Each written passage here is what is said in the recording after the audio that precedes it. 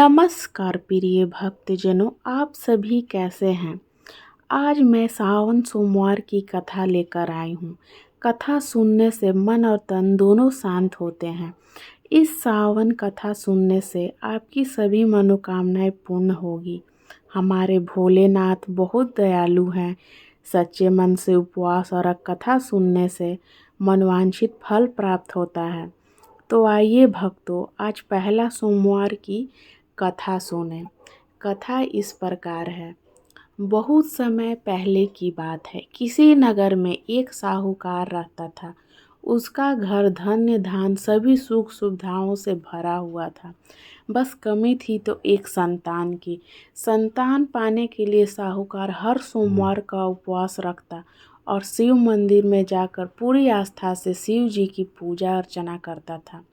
उसकी अटूट भक्ति से माँ पार्वती प्रसन्न हुई और भगवान शिव से निवेदन करने लगी, हे स्वामी, आप तो अपने भक्त की पुकार शीघ्र सुन लेते हैं। कृपया साहूकार पर भी दया करें और उसकी मनोकामनाएं पूर्ण करें। माँ पार्वती की विनती सुनकर भगवान शिव कहने लगे, हे देवी, हर प्राणी को अपने अच्छे बुरे दोनों कर्मों का फल भोगना पड़ता है। यही इस संसार की रीत है।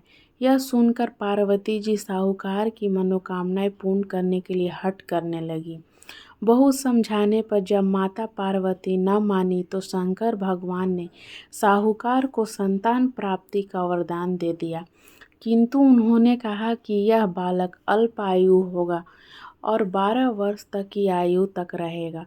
उधर साहूकार भगवान शिव और माता पार्वती की बातें सुन चुका था, इसीलिए उसे संतान प्राप्ति की वरदान पाने के बाद भी कोई प्रसन्नता न हुई, किंतु वह पहले से तरह पूरी श्रद्धा से भगवान भोले शंकर की आराधना करता था।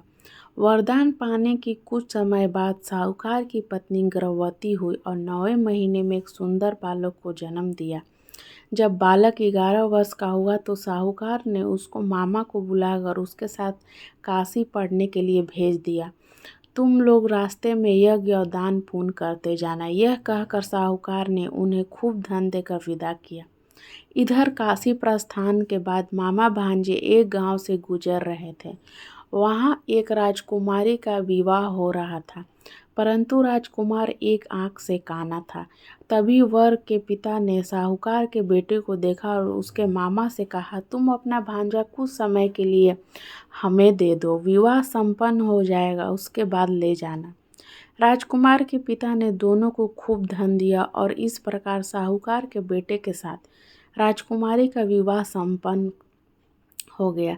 साहूकार का पुत्र बड़े ही ईमानदार स्वभाव का था, इसलिए उसे जैसे ही अवसर मिला उसने राजकुमारी की चुन्नी पर लिख दिया, तुम्हारा विवाह मेरे साथ हुआ है, किंतु जिस राजकुमार के साथ तुम्हें भेजा गया है वह एक आंख से काना है। जब राजकुमारी ने साहूकार की लिखी पढ़ी तो बोली, स्वामी, मैं अग्नि से साक्षी मानकर आपके साथ विवाह की है। अब आपके अलावा किसी और को अपना पति स्वीकार नहीं करूँगी। पत्नी की बात सुनकर साहूकार के बेटे ने कहा, ऐसा मत कहो, मैं अल्पायु हूँ।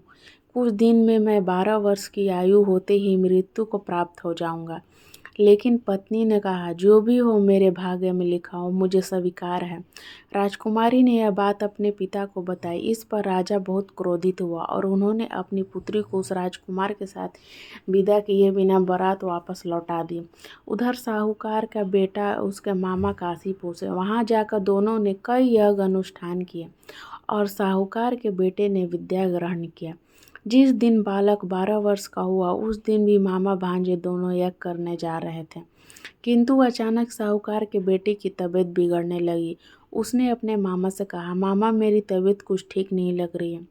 यह सुनकर मामा ने उसे अंदर जाकर आराम करने को कहा।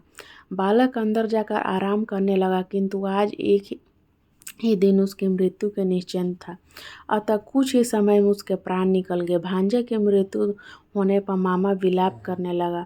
संयोगवश उसी समय भोलेनाथ एवं पार्वती जी उसी रास्ते से जा रहे थे।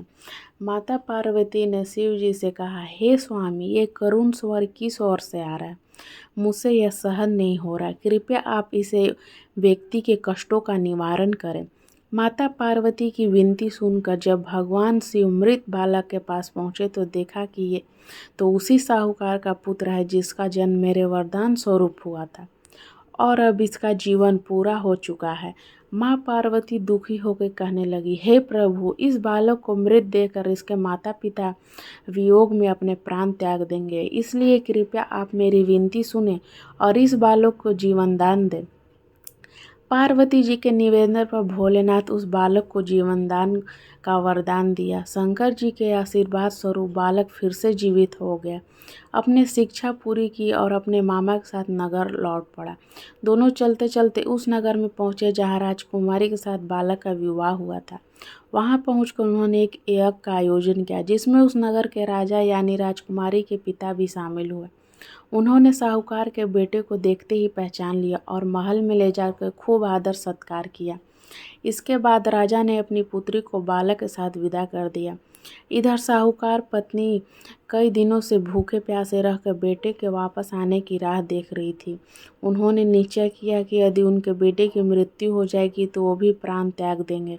लेकिन उसी रात भगवान भोलेनाथ साहूकार के सपने में आए और कहा, हे साहूकार, मैंने तेरे सोमवार के व्रत करने और व्रत कथा सुनने से प्रसन्न होकर तेरे पुत्र को पुनः जीवन दान दिया है। बेटे के जीवित होने का समाचार पाकर दंपति बहुत खुश हुए और भगवान शिव पार्वती को बारंबार प्रणाम किया।